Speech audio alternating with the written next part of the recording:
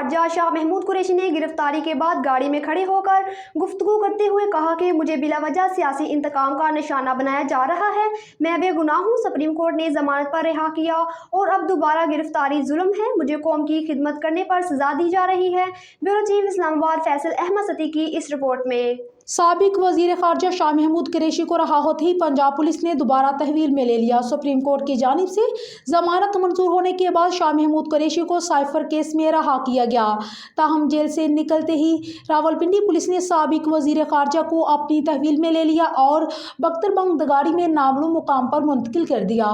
उस मौका पर शाह महमूद कुरैशी ने गाड़ी पर खड़े होकर अपने खिताब में कहा है कि मुझे बिलावजह सियासी इंतकाम का निशाना बनाया जा रहा है। मैंने कौम की तर्जुमानी की है। मैं बेगुनाह हूँ। मुझे कौम की खिदमत करने की सजा दी जा रही है। मुझे सुप्रीम कोर्ट ने जमानत पर रहा किया। अब दोबारा गिरफ्तारी जुल्म है।